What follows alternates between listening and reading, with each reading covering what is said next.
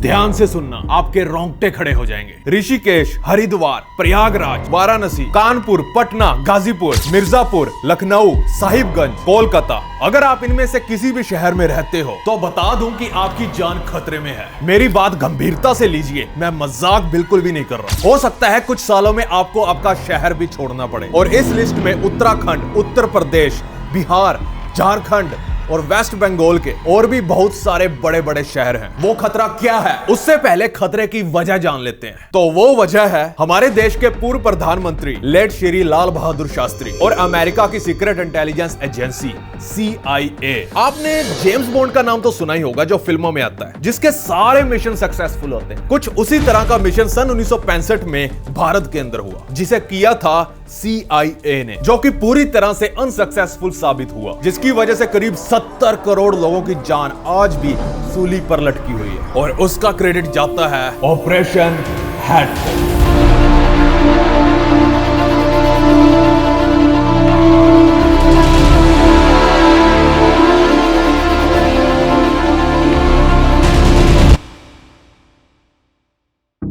सात फरवरी सन 2021 हिमालयस में कुछ हलचल हुई, जिसकी वजह से उत्तराखंड की चमोली डिस्ट्रिक्ट में बाढ़ के कारण 200 से भी ज्यादा लोग मारे गए।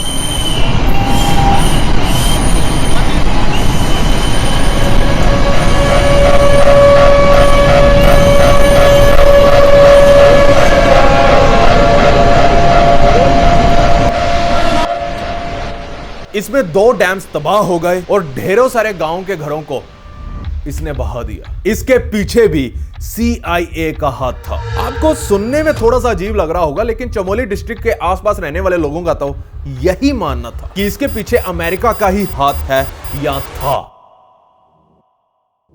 इसे जानने से पहले यह जान लेते हैं कि फ्लड्स आते कब हैं, यानी बाढ़ कब आती है। फ्लड्स या तो गर्मियों में गर्म वेदर की वजह से या मॉनसून के मौसम में जब बहुत ज्यादा बारिश पड़ती है तब आते हैं। लेकिन क्या आपको पता है कि चमोली डिस्ट्रिक्ट का ये वाला फ्लड कब आया था? फरवरी में, जब ठंड बस कम होना स्टार्ट ही होती है। और इस महीने में फ्लड आने के चांसेस ना के बराबर होते हैं, पर फिर भी बेफालतू में चमोली डिस्ट्रिक्ट में ये फ्लड क्यों आया? रिपोर्ट्स की माने तो ऑफिशियल डॉक्यूमेंट्स में यह बताया गया था कि ये एक ग्लेशियर आउटबर्स्ट था, जो पॉसिबली हो सकता है, पर ठंड को ध्यान में रखते हुए कम चांसेस है। परंतु जो लोग इन हिमालयस के आसपास रहते हैं वो कुछ और ही कहानी बयां करते हैं और इन जैसी घटनाओं का दोष अमेरिकन पर लगाते हैं, क्योंकि अमेरिकन ने कांड ही कुछ ऐसा किया था जिसे सुन आपकी भी सांसें फूल जाएंगी।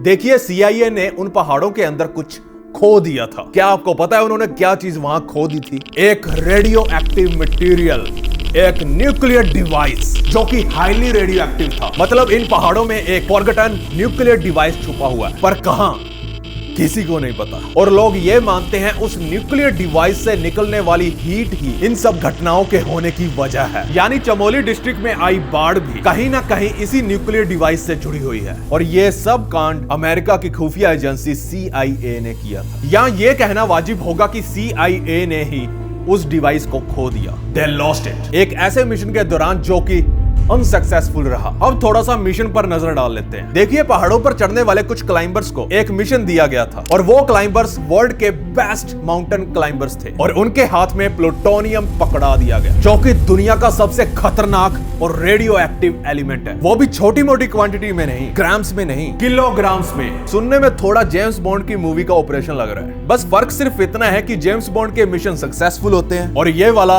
अनसक्सेसफुल साबित हुआ। मानो या ना मानो, ये ऑपरेशन, जिसे ऑपरेशन हैट का नाम दिया गया था, इसकी वजह से इंडिया के लोग आज भी खतरे में हैं, क्योंकि सालों पुराने इस मिशन में करीब 7 रेडियो एक्टिव प्लूटोनियम कोर्स दुनिया की वन ऑफ द टॉलेस्ट पहाड़ की चोटी पर खो गए, जो कि आज तक किसी को नहीं पता कहां है।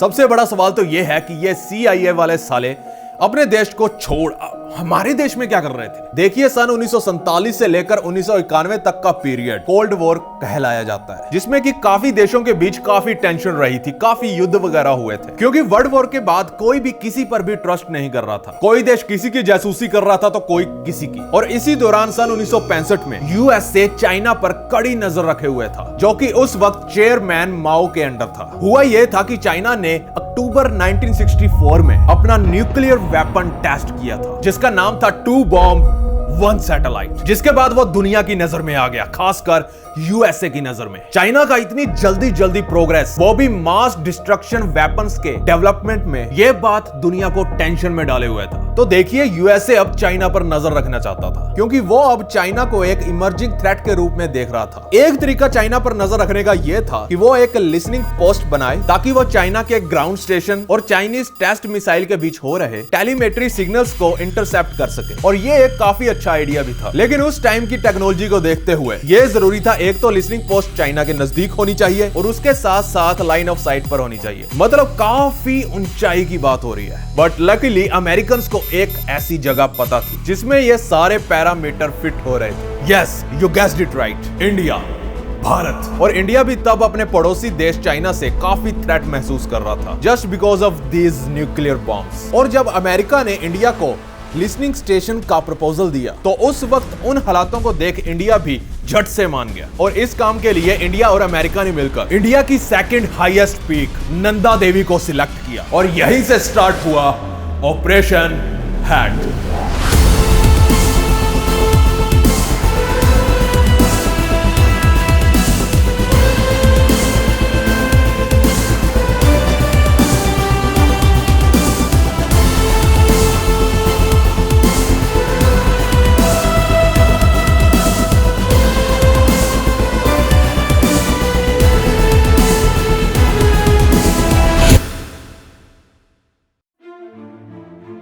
ऑपरेशन हैट एक ऐसा ऑपरेशन होने वाला था जो कि आसान बिल्कुल नहीं होने वाला था, क्योंकि नंदा देवी के नजदीक कोई भी इंफ्रास्ट्रक्चर नहीं था। No roads, no humans, no help. इसका मतलब कुछ टीम मेंबर्स को एक ऐसी जगह पर जाना था जहां उनका दुनिया से कोई संपर्क नहीं होगा, और अपने खाने पीने का इंतजाम भी उन्हें खुद ही देखना होगा, और इसमें टाइम भी काफी लगने वाला था। और सबसे बड़ी चिंता की बात तो यह थी कि उस लिसनिंग स्टेशन को चलाने के लिए बिजली कहां से लाई जाए। उस वक्त बैटरीज तो इतनी एडवांस्ड थी नहीं, और सोलर पैनल वहां के बदलते हुए वातावरण को देखते हुए कुछ ही दिनों में बिजली बनाना बंद कर देते। और अब उस लिसनिंग स्टेशन को पावर देने का सिर्फ एक ही रास्ता था, न्यूक्लियर पावर। आपको यह शायद सेल्फ सुसाइड मिशन लग रहा होगा, लेकिन तब कोल्ड वॉर चल रहा था और हर देश न्यूक्लियर एनर्जी पर एक्सपेरिमेंट कर रहा था। इसलिए यूएसए ने न्यूक्लियर पावर्ड लिसनिंग डिवाइस बनाया, जिसमें 7 प्लूटोनियम कोर्स थे। बस अब इस डिवाइस को नंदा देवी पर इंस्टॉल करने का काम बाकी रह गया था। सुनने में आसान, लेकिन करने में बहुत मुश्किल। देखिए, हिमालयस को रूफ ऑफ द वर्ल्ड ऐसे नहीं कहा जाता, वो बहुत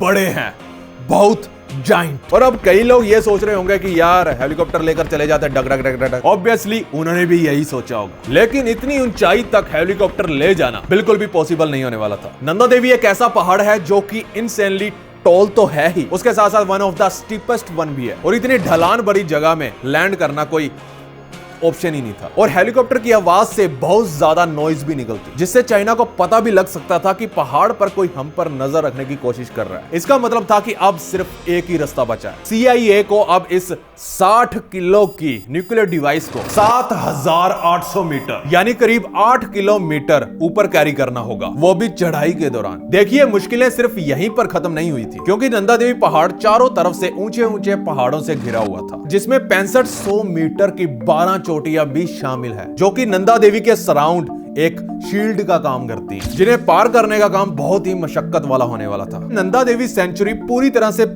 बाहरी दुनिया से कट ऑफ थी। एक हिसाब से यह बिल्कुल रिमोट एरिया था और काफी चैलेंजिंग भी। अगर हिस्ट्री में चलें तो इन चोटियों में कैसे घुसा जाए, इसे ही फिगर आउट करने में 100 साल से भी ज्यादा लग गए। और जब फाइनली सन 1934 में इसे कुछ ब्रिटिश आदमियों द्वारा पार कर लिया गया, तो उन्होंने इस जर्नी को नॉर्थ पोल तक पहुंचने वाली जर्नी से भी ज्यादा खतरनाक और मुश्किल डिक्लेयर कर दिया था। और इतना मुश्किल सफर तय करने के बाद आप नंदा देवी के सिर्फ बेस तक ही पहुंच सकते हो, और वहां से नंदा देवी की चोटी का सफर अभी बाकी है मेरे दोस्त, करीब 3000 मीटर। और नंदा देवी को क्लाइंब करने का टास्क इतना डिफिकल्ट था कि दुनिया में ऐसे कुछ ही लोग थे जिनके पास नेसेसरी स्किल्स थे, और इसे अटेम्प्ट करने के लिए भी लोहे का जिगरा और पिछवाड़े में दम चाहिए होगा। और दुर्भाग्य से ऐसा कोई भी बंदा CIA के लिए तो काम नहीं करता था। तो CIA ने वही किया जो उन सर्कमस्टांसेस में किया जा सकता था, रिक्रूटमेंट। यानी भर्ती। जी हाँ, दुनिया के सबसे टैलेंटेड क्लाइंबर्स को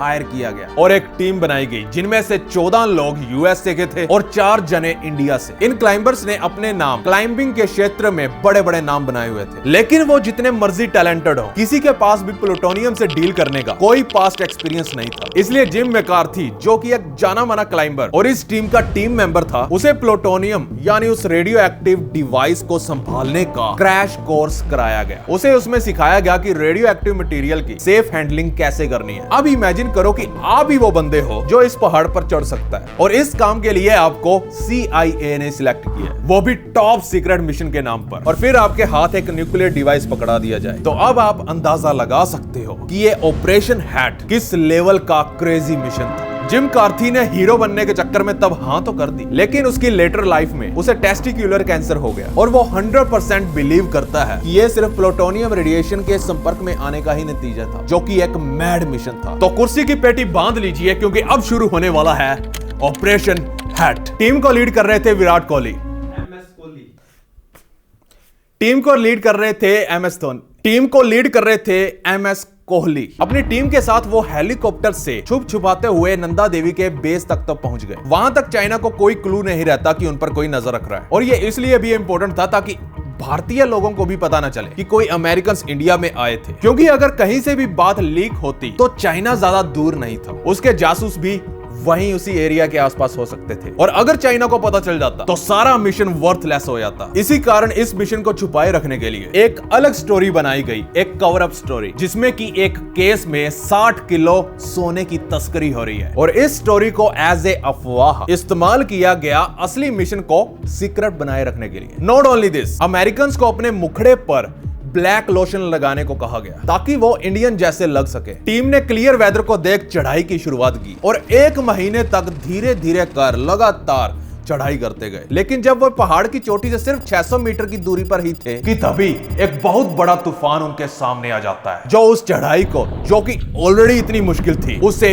इम्पॉसिबल बना देता है। अब आगे बढ़ने का सवाल ही नहीं उठता था, क्योंकि क्या पता कब तक और कितने दिनों तक यह स्टॉर्म चलने वाला था, और उनके पास खाने पीने की सप्लाई भी कम थी। तो टीम ने फैसला लिया कि अब वो वहां से यू टर्न ले लेंगे और नीचे बेस कैंप तक चले जाएंगे। लेकिन अब उस न्यूक्लियर पावर डिवाइस का क्या? तो उन्होंने उसे वहीं एक छोटी सी गुफा जैसी दिखने वाली जगह पर काफी मजबूती के साथ बांधकर छुपा दिया, ताकि अगली बार जब वो आए तो वो वहीं से उसे उठा ले। डिवाइस को वहीं बांधकर टीम ने मिशन को अबैंडन कर दिया और वो वापस नीचे की ओर आ गए। लेकिन अब जो मैं आपको बात बताऊंगा उसे सुन आप हैरान हो जाओगे, क्योंकि जब वो अगले साल वापस उसी जगह पर आए और डिवाइस की जगह पर पहुंचे जहां उन्होंने उस डिवाइस को छुपाया था, तो वहां पहुंचकर उनके तोते उड़ गए, क्योंकि वो डिवाइस वहां पर नहीं था। वो डिवाइस जिसमें 7 प्लूटोनियम कोर्स थे वहां से गायब था, उसका कोई अता पता नहीं था। आने वाले सालों में वहां ढेरों सर्च ऑपरेशन चलाए गए, लेकिन सब अनसक्सेसफुल रहे और आज तक उस डिवाइस का पता नहीं चल पाया। शायद अभी भी वो बर्फ में कहीं पर दबी पड़ी है। लेकिन फरवरी 2021 में आए फ्लड्स ने फिर से सरकार को चिंता में डाल दिया, क्योंकि अगर वो डिवाइस अभी भी वही है तो करोड़ों लोग खतरे में हैं। वही लोग जो गंगा के पानी पर निर्भर करते हैं। यानी शुरुआत में मैंने जिन राज्यों और शहरों का नाम बताया, वहां रहने वाले लोगों की जान अभी भी खतरे में है। कुछ रूमर्स ये भी थे कि कुछ पाकिस्तानी जासूसों को ये पता चल गया था कि वो न्यूक्लियर डिवाइस वहां पर रखा हुआ है, तो वो विंटर के दौरान वहां पहाड़ पर चढ़े और उस डिवाइस को चुराकर वो वहां से ले गए। लेकिन सबसे पॉपुलर थ्योरी ये है कि वो न्यूक्लियर डिवाइस ग्लेशियर में आई तूफानों की वजह से ही वहां बर्फ के नीचे दब गया और आज भी नंदा देवी के पहाड़ के ग्लेशियर्स में कहीं दबा पड़ा है। तो इसका मतलब शुरुआत में मैंने जो स्टोरी बताई, क्या वो सच थी? क्या वो फ्लड भी इसी न्यूक्लियर डिवाइस की वजह से आए? बिल्कुल नहीं। सैटेलाइट इमेजेस से ये प्रूव हो गया था कि वो फ्लड पत्थर और ग्लेशियर के टूटने से और उसके ग्लेशियर लेक में गिरने से ही आए थे। लेकिन इसका मतलब ये नहीं है कि सेवरल किलोग्राम्स ऑफ प्लूटोनियम जो कि नंदा देवी के ग्लेशियर में दफन है, वो कोई बड़ी डील नहीं है। लेकिन आपको बता दूं कि यह एक बहुत बड़ी बात है और डेंजरस भी, क्योंकि अगर नंदा देवी के पहाड़ों से पानी बहता हुआ गंगा नदी में जाकर मिलता है, जिसकी लंबाई करीब 2525 किलोमीटर है, जिसका पानी उत्तराखंड, यूपी, बिहार, झारखंड से होता हुआ बे ऑफ बंगाल में समाता है और जिसका पानी करीब 70 करोड़ लोगों की जीवन रेखा है, भगवान से प्रार्थना करता हूँ कहीं यह रेखा ही ना मिट जाए। I mean, अगर न्यूक्लियर रेडिएशन वाला पानी हमने पिया तो कितनी भयानक दशा हमारे देश की हो सकती है, ये अंदाजा आप खुद लगा सकते हो। इसका जिम्मेवार कौन है? क्या अमेरिका हमारी जान की कीमत लगा सकता है? देखिए, ग्रंथों में लिखा है भविष्य में प्रलय आएगी, और उस प्रलय की शुरुआत क्या नंदा देवी से होगी, यह बताना थोड़ा मुश्किल है। वो न्यूक्लियर डिवाइस जहां पर भी है वहां अगले 50-60 साल तक बनी रहे, क्योंकि जो प्लूटोनियम इस डिवाइस में यूज किया गया था उसकी लाइफ करीब 100 साल बताई जा रही है। लास्ट में जाते जाते मैं यही होप करूंगा कि या तो सरकार उस डिवाइस को ढूंढ ले, नहीं तो वो डिवाइस खुद चलकर हमारी प्यास बुझा देगी। Over and out.